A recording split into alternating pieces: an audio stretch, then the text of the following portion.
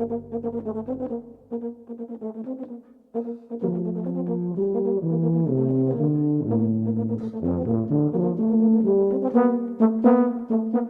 to the Brass Junkies, a podcast from the Pedal Note Media Podcast Network featuring interviews with the world's greatest brass players by two thoroughly average ones, Lance LaDuke and myself, Andrew Hitz. Today's episode features John Rojak of the American Brass Quintet. He tells us all about playing in the quintet for the last 25 years and about their process for commissioning new music. He also talks about how he manages a career that has him playing close to 700 services a year and about how he was rejected by every single school he applied to except for one and what he did to end up transferring to Juilliard just 3 years later. He tells us all about it next.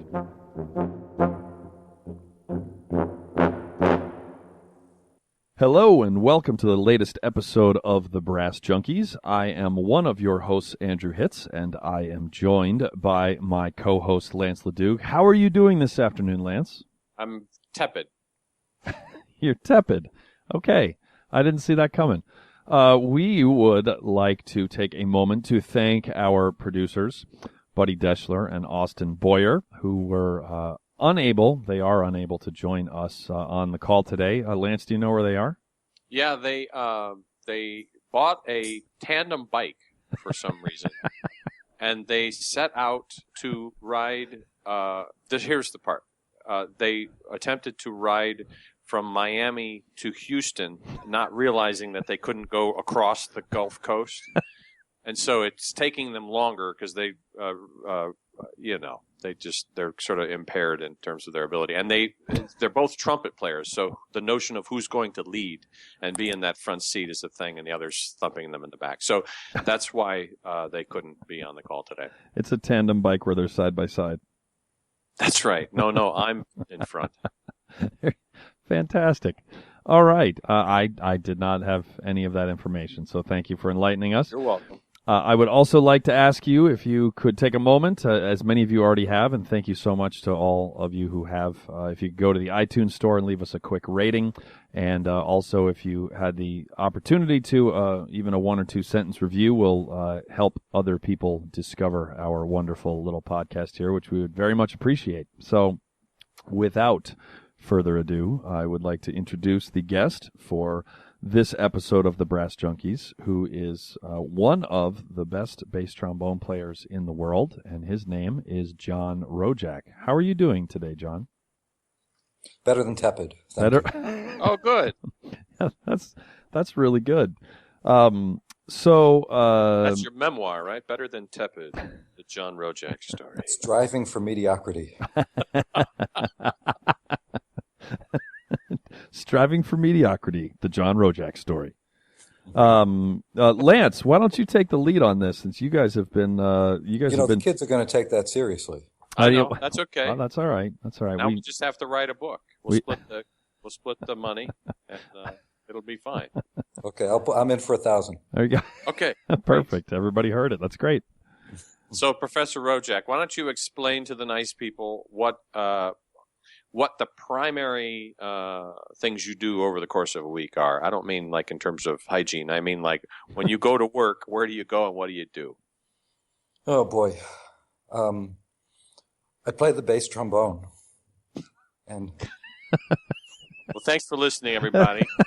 We hope you got a lot out of this podcast. Well, you do more than, you're on faculty at, let's start here.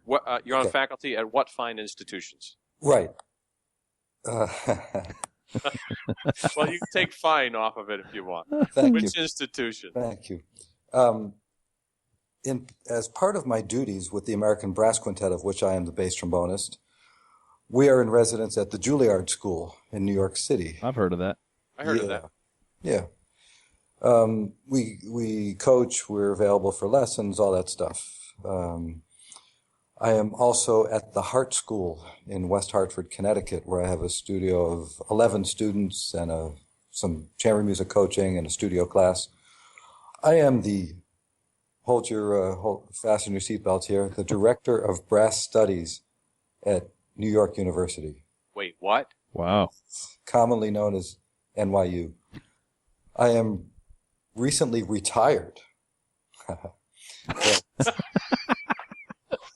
that sounded a little more elegant than resigning from Rutgers, where I was for 17 years.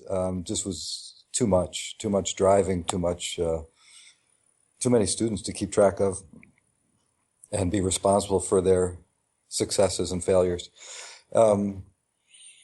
So I'm currently at those 3 schools, plus I have an affiliation with a school in Long Island called Mahanaim, which is difficult to explain.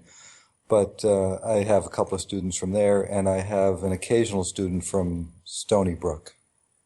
So how many students does that put you in charge of over the course of a semester?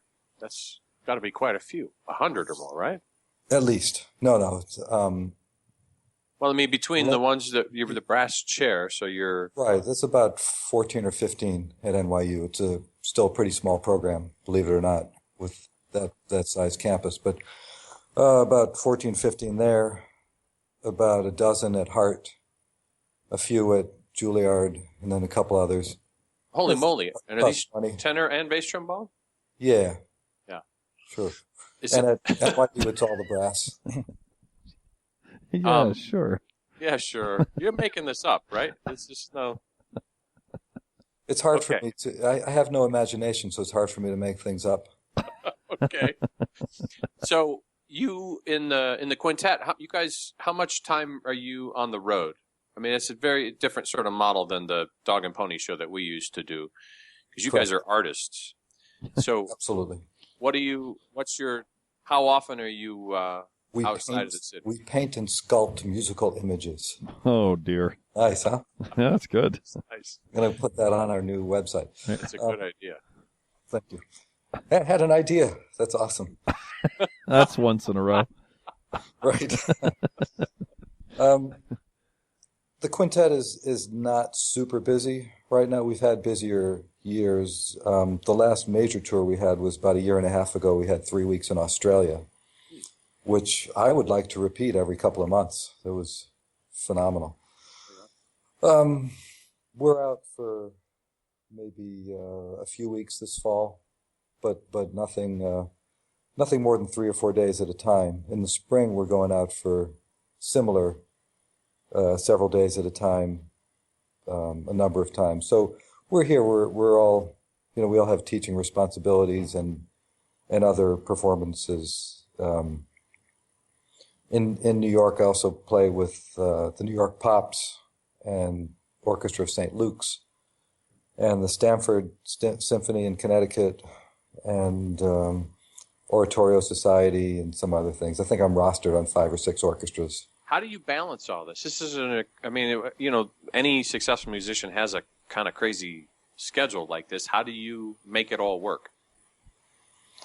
I get up in the morning and I work all day. I go to sleep. How long has it taken you in your career to kind of get it to this excess capacity state that you're in? Well, how long have you played with the American? 25 years. So you just can't hold on a gig. So when you started doing that, were you this busy? I mean, with everything else that you were doing? Yeah, just sort of. I feel like I'm sort of a prototypical freelancer. Mm-hmm. That apparently I've heard rumor that there's a two-letter word in the English vocabulary that starts with N. And I've yet to learn that. We were just talking about that with Jeff Nelson. It's a similar. We all kind of have that affliction, I think. Did you come up in New York? Where are you from? I was born on 110th and Columbus, but I don't want to say grew up, but spent a number of years in the greater Boston area, through high school. But I've been back in New York. I say that my parents were kind enough to have me born in New York so that I have my New York native citizenship. But spent some time Boston area and came back to New York I went to I got rejected from, I don't know if you guys know this, you probably know this. I was rejected from all the schools I applied to, wound up going to my safety school for college, which was Lowell State. Really? Heard of Lowell State. Now became the University of Lowell and now is part of the UMass system, UMass Lowell. I went there, was kind of upset that I got rejected from every place. So I practiced, and I learned this amazing correlation between practice and improvement. Weird. Yeah, it was crazy. Some of my students have yet to make that discovery. It is. I don't think it's written about in method books. So. Yeah, it's an elusive one. So when you went there, did you go as a bass trombone player or tenor trombone? Tenor trombone. And when did you make the switch over? It was an opportunistic move completely because I think I was the highest placed freshman tenor trombonist. And I was second trombone in the symphony band, or one of those, like the fourth ensemble. And I wasn't crazy about that. And one of the two bass trombonists graduated in December, so there was an opening in one of the two top ensembles in the symphony orchestra.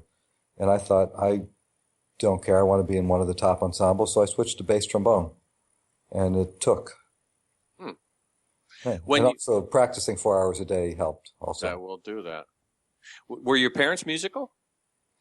Not really, no. My parents were academics, and they both seemed to know a lot about everything. And I was just telling somebody last night that, because he asked, Bruce Idem, the trombonist whose father was a trombonist, he asked me if my father was a trombonist. I said, no, in fact, my father, who was in a lifelong quest for total knowledge, as part of my rebellion, I think I identified that the trombone was the thing he knew the least about. And it also represents a continual search for as little knowledge as possible. Exactly. That's right. That's right. Well, what did he think? I mean, how did this experiment go? Pretty good. I think, well, you know what's funny is that after 3 years of practicing at Lowell, I got better, and I wound up transferring to vocational school, to Juilliard. And it seems like the magic word. Suddenly, everyone took me a little more seriously, that this wasn't just a frivolous activity to avoid becoming a scientist or a great philosopher or something. I love that you got rejected everywhere except for one place, and then you just work your tail off, and then there you go. Then you're at Juilliard. That's a great story of perseverance. Thank you. And I have long since completed my college rejection masterclass tour. Oh, that's cool. Yeah. But I tell them, places like Baldwin Wallace and Indiana University and other places, I tell them I got rejected, and that those kids are already way ahead of me. There you go. It's great. Well, so in terms of, has that informed how you approach trying to get students to do whatever it is you're trying to get them to do on a week-to-week basis? I don't know. You don't know. If you could have shorter answers that are more nebulous, that would make for very compelling listening. John knows both of us well enough that he's going to take great pleasure from making our jobs as difficult as possible for this hour. Are there really people that are going to listen to this? There will be. Oh. Yeah, there'll be more than you would think. Wow. Yeah. Okay. So greater than 7? A lot more than 7. Okay, I'll give you a better answer. Because you 7 guys, I don't care about you. We have tens of people. We're regularly in the 3-digit realm in terms of listeners. Yes, I hope to think that my students improve. They seem like they get better, but it might just be my optimism. The combination of optimism and old age may blur your impartial analysis. Right, I completely get them confused with freshmen that I had 6 years ago. I can understand when you're teaching at 7 schools or whatever it is. That's... There was a year, 4 years ago, I was at 6 schools. Wow. Gee whiz. Did you make them more name tags? I was so tired all the time. Wow. But anyhow, not like now when you're only teaching at 3 schools and playing in 6 different orchestras. Much less. Yeah, no, it's. Oh, and a professional brass quintet. Yeah. But you asked if I was something about being busy, and I think. Well, I've averaged for at least 30 years. I've averaged over 600 services a year. He gets. For how long? 30 years. What? That's almost more than one a day. That's insane. It's almost more. That's correct. But I think if you count each student as one service, which some survey I had to fill out years ago said that each student counts as a service, I think I'm over 700 now. Goodness. Gee whiz. Well, what sort of career? I mean, you're obviously spending time with them developing as players. What kind of career advice or direction or mentoring do you provide them? Or what skills do you try and encourage them to develop? This sounds like a serious question. I'm sorry. It's a 6-hour podcast. Did we tell you that? So we got to really kind of dig down deep and. Well, I was prepared. I was prepared for more, but that's fine if we want to cut it to 6. Yeah, if we can just do 6 today, that would be. Yeah. Okay. It's a start.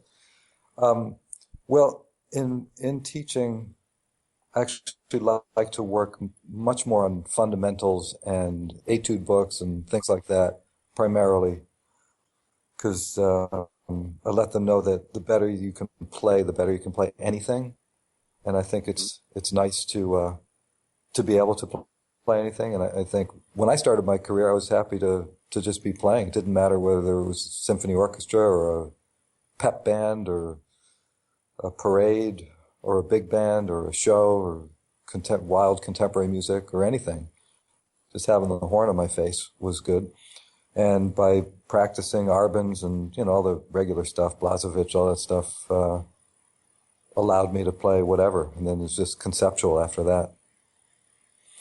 So I try to get them ready for whatever comes their way, make them flexible. And I think particularly now that seems like every orchestra plays pops, that everybody seems to have the need to be able to swing in different styles. And jazz guys need to be able to play legit, because it seems like the jazz guys want to play on Broadway, and you've got to be able to play some legit stuff on Broadway. Shows seem to strive for these diverse styles, so many of them. And I think, unfortunately, schools have seemed to separate jazz and classical programs more than ever. I think it's kind of bizarre that they've been doing that the programs tend to not intersect like they used to when the programs maybe weren't as big and as serious. Well, as brass chair, do you try and impact that across the entire, all of the studios? Or you just sort of focus on your studio and you let the other guys do what they're going to do? Well, you cut out there for a second, Lance. I think sorry. Are you trying to encourage, so as brass chair, you have the opportunity to sort of try and influence the pedagogy to some degree. Are you trying to get all of those folks to think along those lines, or do they automatically think along those lines? I'm not sure anybody automatically thinks at all.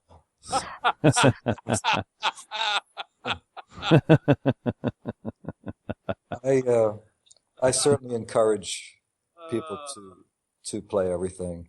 I've been trying to get a collaboration going. The problem with, like at Juilliard and at NYU, the jazz programs are in different buildings. So sometimes it's hard to get people to connect. I'm trying to. What we have that's really great at NYU is a collaboration with the composition department. So every year we have several composers write brass pieces, and we have a concert together in May. They work together a little bit, and at the concert, after the piece is played, I bring the composer down for a short little interview. Quite dissimilar to this interview. You mean it's interesting? And insightful? Yes. How often do you end up with pieces that get, more than one performer, that end up getting played over and over? Once. So far. It's the students are all, the composers are undergrads and they're learning. The music was a little tamer than I was expecting from a composition class in the 21st century, but it seems like a lot of young composers are interested in film scoring and pop music things. So it's nice that that's intersecting. There was one piece that was a little more adventurous, and that's the one that's gotten some play. Actually, it was a little gnarlier and actually quite good. What kind of direction, or I don't want to say limitations, but what do you let them pick any instrumentation, or is it just for quintet, or how long the pieces are, or what kind of parameters do you put them through? Not too many parameters. I encourage traditional brass quintet just for practical reasons. So if the piece wants more playing, to be available for typical ensembles. There was one piece that was written for, I think it was one trumpet, two horns, and two low brass. Or, yeah. So only one trumpet player to deal with, which was awesome. Bonus. So one of my, the American Quintet's has been one of my favorite quintets for a long time, and part of that is because I'm pretty sure it's been your favorite without question. Yeah, without question, it's been my favorite source of music. Period. But one of the reasons that I am such a fan of you guys is how much new music you have created or had created, and how there's obviously a connection here between what you're doing at NYU and what you have done with the Americans. What's the process or the mission, or how often are you having new pieces written, and how many are just coming to you organically now versus those that you seek out a composer and ask them to write a piece? And what's the behind the scenes in terms of generation of new repertoire? What is that process like for the American Quintet? Wow, all of the above, actually. We often get submissions unsolicited, and we'll read them, and those pieces don't often get into our repertoire. Occasionally they do. There was a piece that came from Brazil. This is great. The guys in the 70s went on this crazy tour, which actually I would love to do again. They were in Iran and somewhere else in Europe. Iran's not in Europe. Somewhere else in Europe. Did they take the channel to get between the two? Yeah. They brought their weapons of mass destruction. No, they were over somewhere over there. Anyhow, for a while they came back, changed luggage for a day in New York, then went on a 5-week tour of Central and South America. And while they were in Sao Paulo, I think, they met Osvaldo Lacerda, and he said he was working on a piece that he would send to them. And a couple of months later, the package showed up in the mail, and they started playing this piece, Fantasia and Rondo. And when I joined the group, so this is 15 years later, in '91, that was our encore piece. We played it every show for years, and they've been playing it for years, and played it, who knows, hundreds of times. And in the late 90s, a student from Brazil came to Juilliard for his master's, said he knew Lacerda, and Mr. Lacerda was wondering if they'd ever received the package.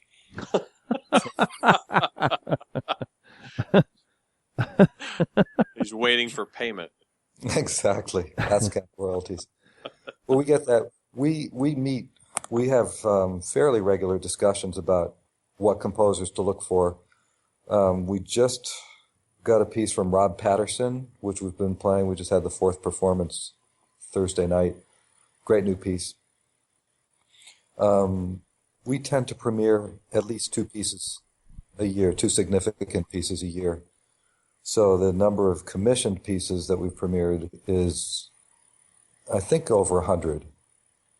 Somewhat over 100, but the premieres are closer to 200 pieces that we've received either as gifts or unsolicited submissions. But we now have pieces in the pipeline from Ken Fuchs. Mm-hmm. We're working on commissions for Nina Young. We think Eric Nathan, an Aspen commission. And we're hoping that Nina Young's piece is going to be with Interactive Electronics, which is a place that I'd like to go. Just something different for us. Can you help listeners understand what you mean by that? Yeah. The more typical pieces over the last 20 or 30 years with electronics have been prepared tapes, prepared recordings. So it's always the same. You play with some kind of synthesized track, and it's always the same. What I'm interested in is when the program can react to what the performer plays. So if we play a different note, the computer will play something different. Will have a different reaction, different sound. The idea came to me through hearing about a piece that the cellist Maya Beiser played, where something was sensing her bow arm, and whenever she played, when she moved her bow arm, there would be sounds produced. Mm-hmm. And eventually the piece, she stopped playing her cello and sort of turned it into some kind of free-form dance. Wow. This sounds really cool. So I want to be cool. Hey, this is Lance. We'll get you right back to the interview in just a minute. I wanted to, first of all, thank you all for listening. You've been wonderful. We've got hundreds of you that are listening to every episode, and that's just great. It's very rewarding to Andrew and me. And we wanted to let you know that if you're interested in helping us cover the costs associated with recording and uploading and storing these podcasts, there's a quick and easy way for you to do that, and that's through a site called Patreon, Patreon. And at Patreon, if you sign up through that site, you can pick a dollar amount, $1, $3, $5, $10, however much you want.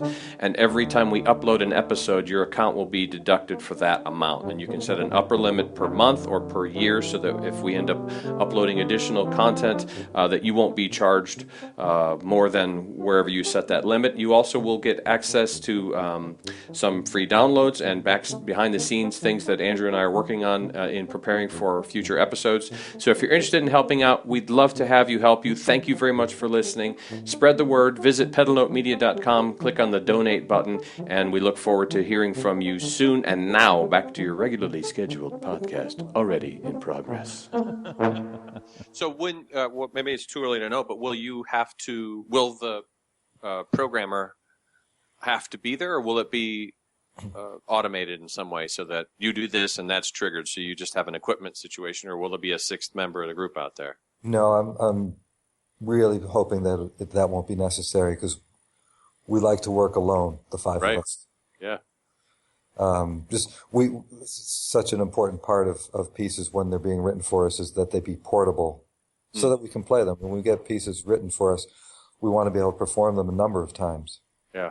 And we do tend to have multiple performances of pieces, and tend to record most of the commissioned pieces.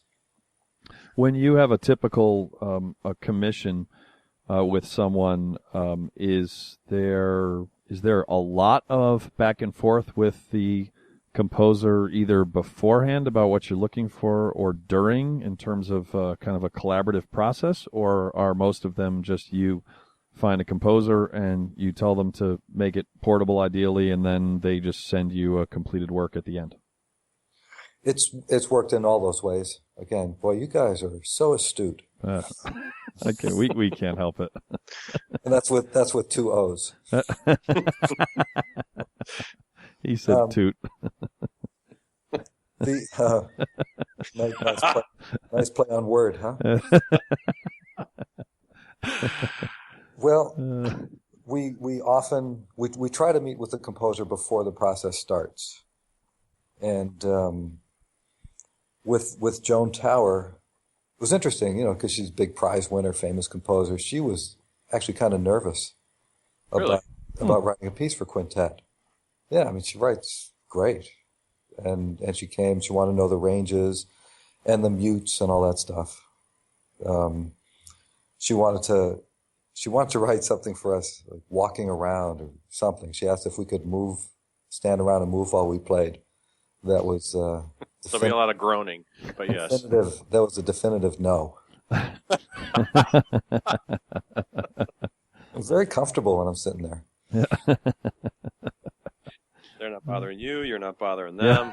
And what was great when she brought in the first sketch, which was nearly completed, the lowest note in my part, and Andrew will relate to this, was a low C. Mm-hmm. And my question to her was, "Hey, Joan, did you use the Hindemith book for your orchestration ranges?" And she said, "Why?" She said, and then she said, "Uh-oh, why do you ask?" I said, "Because the lowest note is C, and it doesn't make sense, because then the octave is displaced." She said, "What, can you go lower than that?" I said, maybe another octave or so. So she rewrote. I got myself into a little trouble, actually. Yeah, that's right. I Cover bet. me with shore there, smarty pants. Right. But we do, and I also have encouraged, for my part, encouraged the composers to write a bass voice, absolutely not a second trombone. Boy, I hate when they write trombone 2 on my part. I actually send it back. And I also say that the ledger lines go below the staff. Right. I might adopt that line. That's a good one. Totally. Yeah. Sometimes I wonder, when I see a part that's written for tuba, I wonder if they think that, like contrabassoon and bass, that tuba sounds down an octave. Sometimes I've played some church gigs where it seems pretty obvious that that's what happened, but rather than raising my hand and asking the music director whether that's the case and possibly showing them up or giving them the opportunity to say, "No, I want you to play that high," I just take it down an octave, and then they never say anything. That's correct. Yep. Take your $40 and go home. Unless I'm at your church, and then I play exactly what the ink is, but whoever you are. But yeah, of course. I would too if I were invited to Lance's church. Now, on the other hand, when we got a piece from Wang Ro, Chinese composer, that was crazy. We didn't know what he was writing. There was a part where Mike Powell and I had to recreate Tibetan throat singing with some multiphonics. Wow. We had multiphonics that were in major and minor seconds with ourselves. And we finally got to a fourth, and what a relief. To get to that. But, it really worked. And when I finished working on that, I wanted to go back and take ear training again. Hearing the major and minor seconds and unisons, singing in unison with yourself. Wow. It's challenging. It sure is. But there was a place where the trumpets, he said the trumpets were supposed to sound like Sona there. We said, what? What? Sona, sound like a Chinese oboe. He said, of course. Of course. Yes. Why, we covered that over a month at Juilliard. Right. And then the horn was supposed to sound like a Tibetan horn. And he wound up, we premiered that in the summer in Aspen, and he was there that summer, and he came to a lot of rehearsals, which were really helpful. So working closely with him was helpful. And then Gordon Bieferman wrote a piece that had sixth tones, not quarter tones, but sixth tones. So we had to just sort of play normal. 33 cents sharp or flat. So three of us would have a triad, a sixth tone sharp, while the other two played at pitch. Wow. And it's a actually really cool piece, but difficult. It's funny because I had the tuner on the stand after we finished rehearsing that. I left it on and we were playing some early music and said, "Hey, guys, we're still making some of those sixth tones." Inadvertent sixthtone.com. There you go. Speaking of bass trombone in a brass quintet, I've got a serious beef to pick with you, which is that I am. How everyone likes it better now? Well, no, well, yes, that's exactly what I was going to say.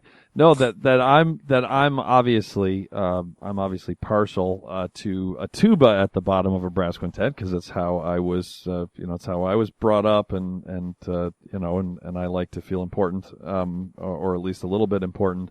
And but any time that I ever explain to anybody that, especially a bass trombonist, if I'm explaining why a tuba is better in a brass quintet, then usually I just get a 2-word retort back, which is just John Rojak, and then I have to shut it down, and it really pisses me off because most quintets with bass trombone I do not like, but when the bass trombone is in your hands, it's like, no, I wouldn't change a thing. So I just wanted to basically say screw you for that. Okay. Same thing happens to me when I go to the DMV and I start complaining about something. They just say John Rojak. I just pulled up. I typed into the Google box American Brass Quintet, and I hit the search. And there's all these. There's website down the left side. Now the right side, there's sort of a synopsis that Google puts together for American Brass Quintet, and it says American Brass Quintet, musical quintet. There's a photograph, and in the photograph, 4 members are seen, and the part of one head, and that is the head of John Rojak. And then, there it is. Under members, it lists Kevin Cobb only. It's just Kevin Cobb. So you might want to have a word with Kevin, because this is there's something going on there, because you're not in the photo nor in the members list. So Right. Well, since Ray Mace, I think since Ray Mace left, there's been an internal power struggle, and apparently I see where that has gone. That's right. Or not seen. You were totally. I've seen this photo. I've seen this photo before, in your mailers to universities about residencies and stuff, and Google just totally cropped you out of it. That's really funny. Somebody at Google is a fan of brass quintet with tuba in it. Exactly. So many brass quintets that had tuba, those players are now working for Google. Yeah. Well, fair enough. But I see how adeptly Lance changed the subject, so we'd have this discussion. Well, I don't want it to get weird between you two. It's already a little, the sexual tension part is already too much, and now for you guys to get into the bass trombone versus tuba thing, I just can't. Well, that's because we can see each other, and we're just staring at your really odd pool ball shaped eyeball. I actually can't see you, John. Photo. I just have a big giant JR. Really? You can't see me? No. Your camera's not on. It isn't? No. But I'm right here. Wait. I'm always right here. I podcast, therefore Notice, I am. Oh, there's John Rojak. I was supposed to get that slashed line, but on the camera. I didn't know you lived in a cabin. Yeah. Where are you? I'm in my house. Huh. This is my house. Here you go. Oh, and now we're... Is that in Manhattan? Yeah. It's 110 in Columbus. Can you see? Yeah. Oh, woods. What the heck? Woods. This is captivating listening to. Yeah, this is... Log cabin. There's my wood stove. Well, hey, when I was 10 years old, I was horsing around with my cousin at his house in New Hampshire, and he tossed me aside, and I backed into the wood burning stove and burned my bottom. Hot cross buns. Yeah, hot cross buns indeed.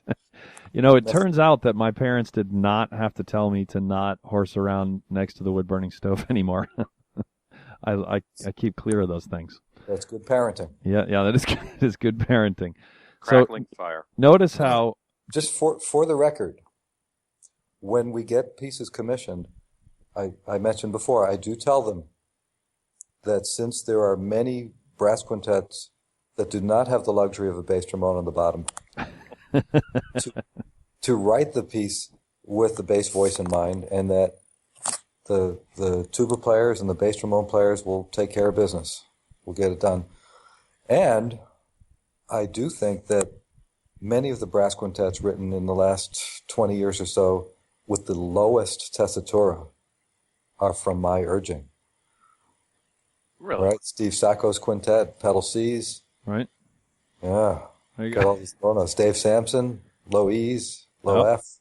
Yeah. Yeah. Yeah. Oh, yeah. 4 ledger lines. It fell right down to 4 ledger lines. I like that. Ledger lines go below the staff. So Only below the staff. J.D. Shaw says that even the best tuba players in the world, when they're playing well above the staff, that it sounds like a bear precariously climbing up a wall. Like, yeah, fair enough. Yeah. I didn't really have a comeback for that. I just kind of nodded in silent shame. I hate to bring it back around to music, but when you guys do the commissions, where does the funding come from? Do you have a set source or a group of sources, or does it happen differently each time? Yeah, we go to the funding, the typical funding places like Copeland, and Chamber Music America has given us a couple of grants. The Jerome Foundation, was cool because it gave me some interesting introductory remarks, because their grant was for 4 emerging composers, and I tell the audience, just in case you have your own foundation someday, some things that you can make up your own rules, such as this commission had stipulations. It needed to be for emerging composers, which means not yet a household name in classical, for classical composers, which sort of could mean anybody. And that the composers had to live either in one of the 5 boroughs of New York City or Minnesota. The 6th borough. Right. Commonly referred to as the 6th borough. Right. That's the Jerome Foundation. And Rob Patterson's piece came as a joint commission from us, and he's got a patron. He's like, he's got an Esterhazy.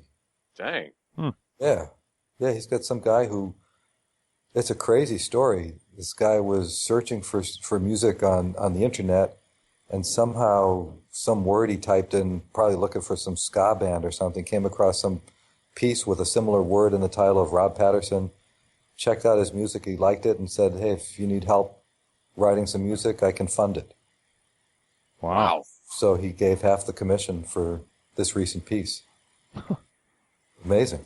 Do you have that guy's email? Yes. I knew that was going to be your answer. Yes, I do. So I was, a couple of weeks ago, I got to play for the week with Randy Campora up in Baltimore, and asked him about doing the podcast, and he said that he would be into it, and told him that we had you lined up, and that he would be the second bass trombonist, and he said I've never met John, and then he said, but one time, and he said John doesn't know this, he said one time in New York City I was on the subway, and I saw John Rojak get off of the same car that I was on at another door, and like as the doors closed, and that was the closest he said that he's come to you meeting. So you guys were on the same. So exciting, right? Isn't that exciting? That two of the greatest bass trombone players in the world who have never met are on the same subway, and it just makes you wonder how many other bass trombone encounters are like that in the world. Well, I think there are many bass trombonists that just sort of hang out on the subway Right. all Busking. day. Well, I believe I met a young Randy Campora at one of the auditions at some point when he was probably still a student. Oh, so he has met you. So now this is awkward. So he's a liar. Yeah, he's a liar. Right. No. It was a bus. He was nervous. Yeah. So And I resigned to keeping my career in New York. Speaking of other bass trombonists, who on the scene today, whether it be chamber or orchestral or big band or anybody, who do you look up to? He's pretty tall. He is pretty tall. Right, I guess Jack Schatz would be one of the only ones. He's really tall. Who do I look up to? Oh. Or if you have a student who says, "Who should I check out?" What names come to mind? Well, there are a lot of players playing great now. Well, my former student, George Kern, is red hot. Yep. Sounds amazing, and it's pretty cool that he's where he is in the New York Phil. I'll go back since I'm sort of involved with my own students, and I have to play concerts once in a while. That it's I'm not sure if I keep up with hearing other bass trombones since we almost never work together. Sure. And I don't listen to music much, but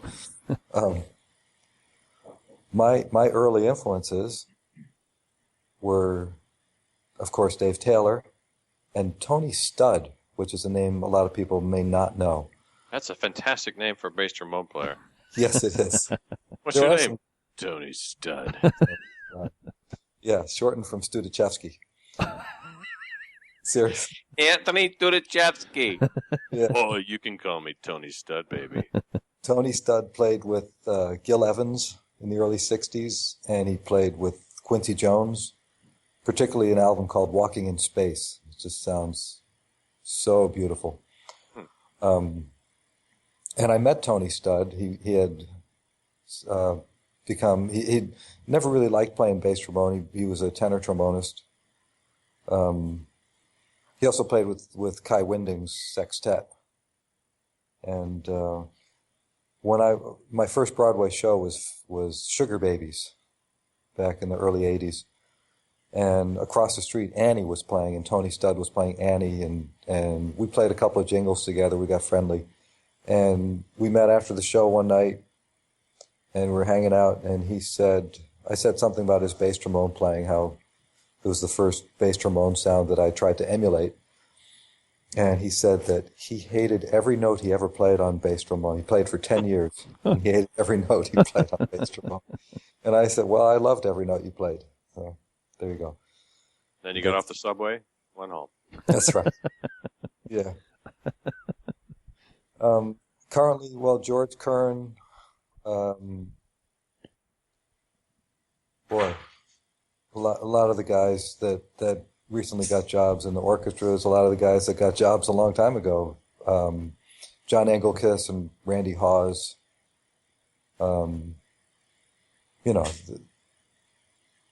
everybody's got something to offer. I think anybody who's successful, and I could name drop and say, like, tell you all the people I know and all that stuff.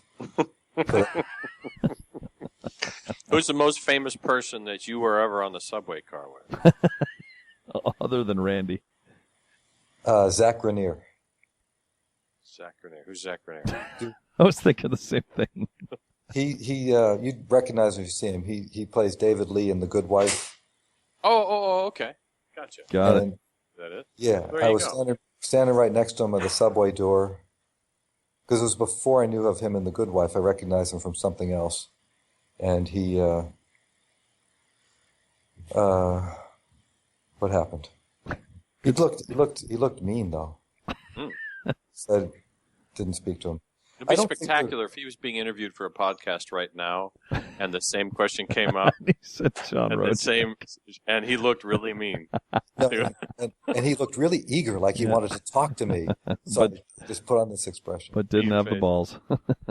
Right. Let's see. The most famous person I worked with recently was probably the Pope. Never heard of him. Probably. He doesn't call. He don't write. I love, the Pope joke that I can't tell right now. There's a great Pope joke. There is a good one that he'll share with you afterwards. Right. Okay. This is my second Pope that I played with. Wow, you're big with popes. Pretty big. Which Pope was the first Pope? JP2. JP2. Yeah, we played in Central Park. John Paul II, he came in on the Pope Mobile, and the 250,000 people in Central Park were chanting like it was a soccer game. JP2, we love you. Wow. Yeah, Rojak 2. not yet, Lance. Come on. You're up for Pope? No, there's no Rojak 2 is what I mean. Oh. Oh, I see. It's just the one. Are you up for Pope? That would actually vote be for really you. good for our podcast if we could say that one of our former guests is now the Pope. Ace I don't- Trombonist and current Pope, John Rojak. I don't understand why you guys are laughing at that. I like it. The Holy Pontiff is now going to regale you with some low notes. With the lowest tessitura. Oh, man.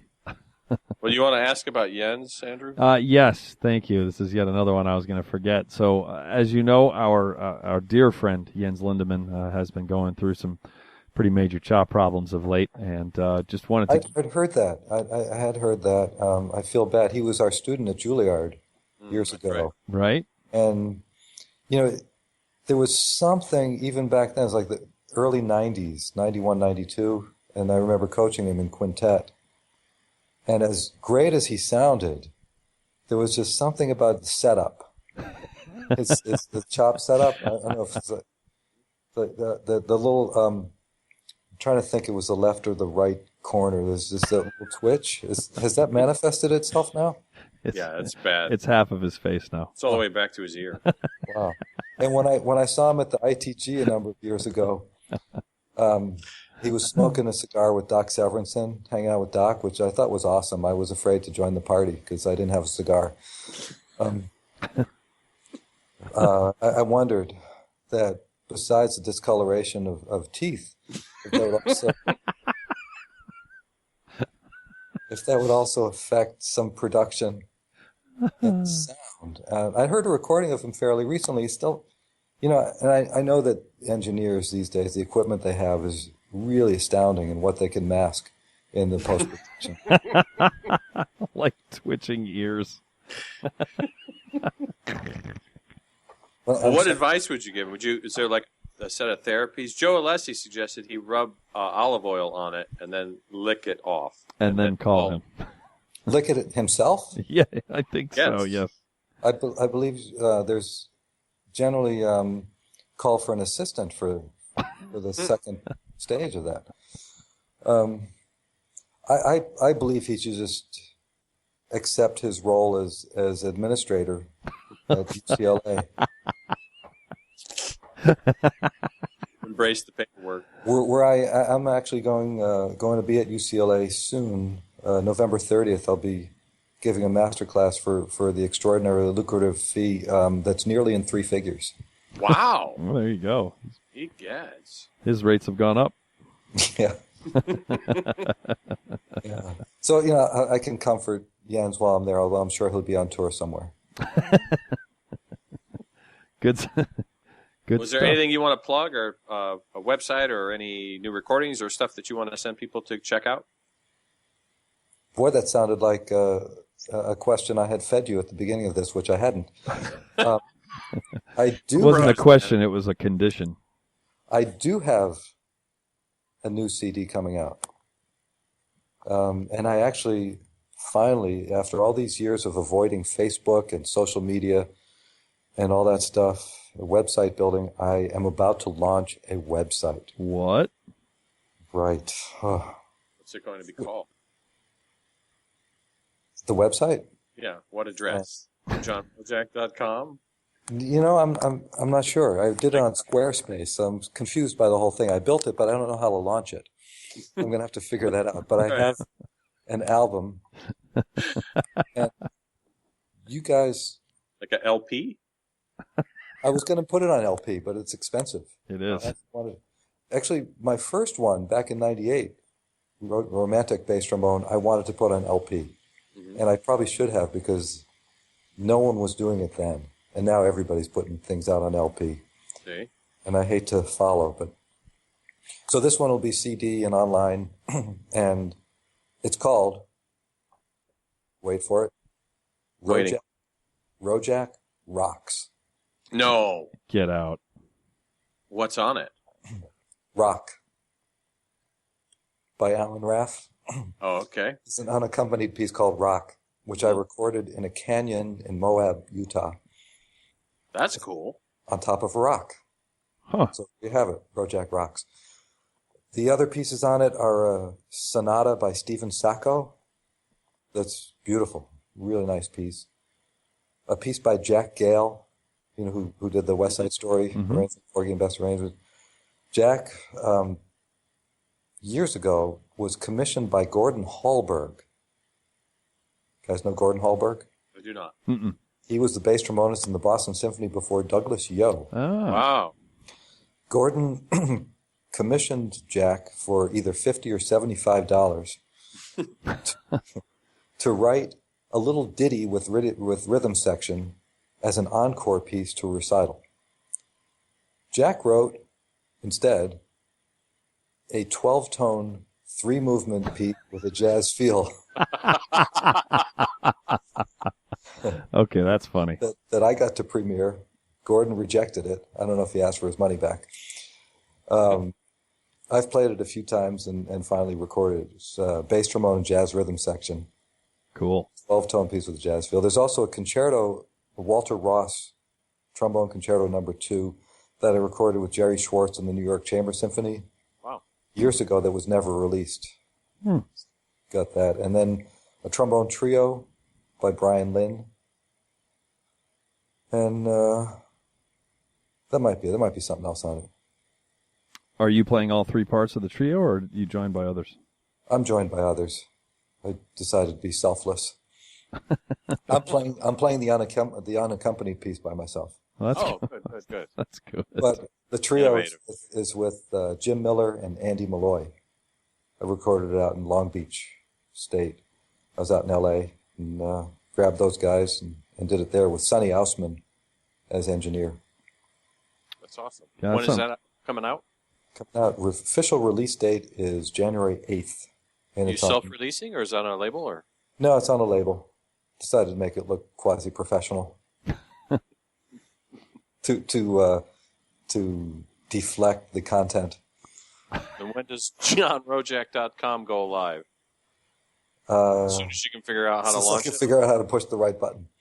Yeah, and I'm hoping I'm also deflecting the geek stuff to other websites. I've linked to already excellent websites like Doug Yo's website and Will Kimball's site, and anything else where they're going to be like kind of serious things. I put some pictures on it, and recipes. Interesting, yes. I think I will put recipes and wine. Actually, one of the links is to one of my favorite wine producers in Barolo. Perfect. So Cool. I try to do something a little different because there are so many sites out there that have already done the stuff that's, doesn't need to be redundant. That's great. Or repeat itself. On that note, this has been fantastic. Thank you so much. You're welcome. Yeah, and thanks for letting us into your log cabin there in the middle of nowhere. You don't type manifestos and stuff like that, do you? He doesn't type them. If I knew what that meant, I would answer. Okay, good. Well, that does it for another episode of the Brass Junkies.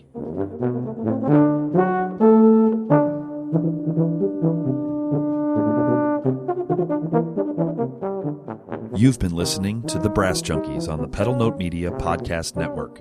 If you would like to help support the podcast in order to make more episodes like this one possible, please visit pedalnotemedia.com/donate for more details.